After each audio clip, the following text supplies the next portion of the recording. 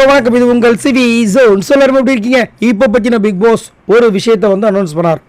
இது வந்துட்டு நார்மலாக அவர் சொன்ன விஷயமா இருந்தாலும் நிறைய பேர் வந்து கமெண்ட்ஸில் வந்துட்டு ஒரு விஷயத்தை கேட்குறீங்க. என்னென்னா, பிக் பாஸ் கேம் இன்னும் 2 வாரத்துக்கு வந்து நீட்டிக்க போகிறாங்கன்னு சொல்கிறாங்களே, அது உண்மையானு நம்மளுக்கு அந்த மாதிரி எந்த அஃபிஷியல் நியூஸுமே வரல. பட் நிறைய பேர் வந்துட்டு முடிகிறதுக்குள்ளே எவ்வளோ சம்பாதிக்க முடியுமோ சம்பாதிச்சலான்னு சொல்லிட்டு ஒரு வீடியோ, பிக் பாஸ் இன்னும் 2 வார காலம் நீடிக்க போகுது, ஏன்னா உள்ளே வந்து ஆட்கள் அதிகமாக இருக்காங்க, இவங்களாம் இஷ்டத்துக்கு.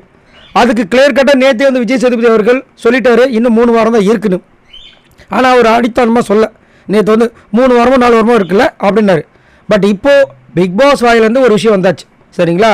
என்னென்னா, இந்த நாமினேஷன் ஆரம்பிச்சது, அதுக்கு முன்னாடி வந்து பிக் பாஸ் பேச ஆரம்பித்தார். இன்னும் உங்களுக்கு 3 வாரம் தான் இருக்குது. ஸோ இதுக்கப்புறம் நீங்கள் அந்த 3 வாரம் கழிச்சு பிக் பாஸ் வீட்டுக்கு வெளியே போயிடுவீங்க அப்படின்னு ஒரு வார்த்தை சொல்லிட்டார். ஸோ பிக் பாஸ் கேம் 3 வாரம் தான் இருக்குது. அதுக்கப்புறம் பிக் பாஸ் கேம்லாம் நீடிக்காதுன்றதை நீங்கள் புரிஞ்சுக்கணும், சரிங்களா? ஏன்னா நிறைய பேர் இந்த மாதிரி இஷ்டத்துக்கு அடிச்சு விடுவாங்க. இதோ இங்கே வந்து பிக் பாஸ் சொல்லிட்டாரு. அதே மாதிரி இது வந்து 13வது வாரத்தோட நாமினேஷன். அதை மைண்டில் வச்சு தயவு செஞ்சு ப்ராசஸை மேற்கொள்ளுங்க. ரொம்ப முக்கியம் இந்த நாமினேஷன். வெளியே போய்ட்டு உங்களால் வந்துட்டு நாமினேஷன்லாம் பண்ண முடியாது. காரணம் எது வேணா இருக்கலாம், உங்கள் மனசுக்குள்ளே தான் புதைச்சிக்க முடியும். பட் இங்கே வந்து உங்களுக்கு ஒரு வாய்ப்பு இருக்குது நாமினேஷன் பண்ணுறதுக்கு, நீங்கள் இந்த காரணத்தை சொல்லி பண்ணலான்ட்டு. ஸோ அதனால் பண்ணுங்கள். அதேமாதிரி இந்த பிக் பாஸ் விட்டு போனதுக்கப்புறம் நீங்கள் மைண்டுக்குள்ளே வச்சுருப்பீங்க, சொல்ல முடியாமல் தவிப்பீங்க.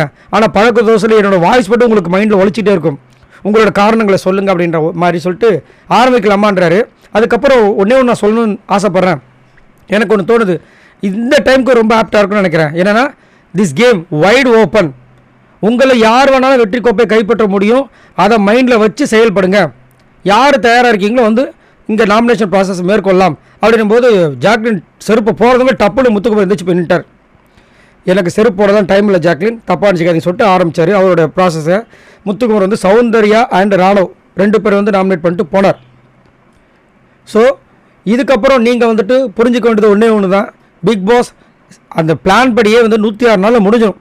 எக்ஸ்டென்ஷன்லாம் கிடையாது.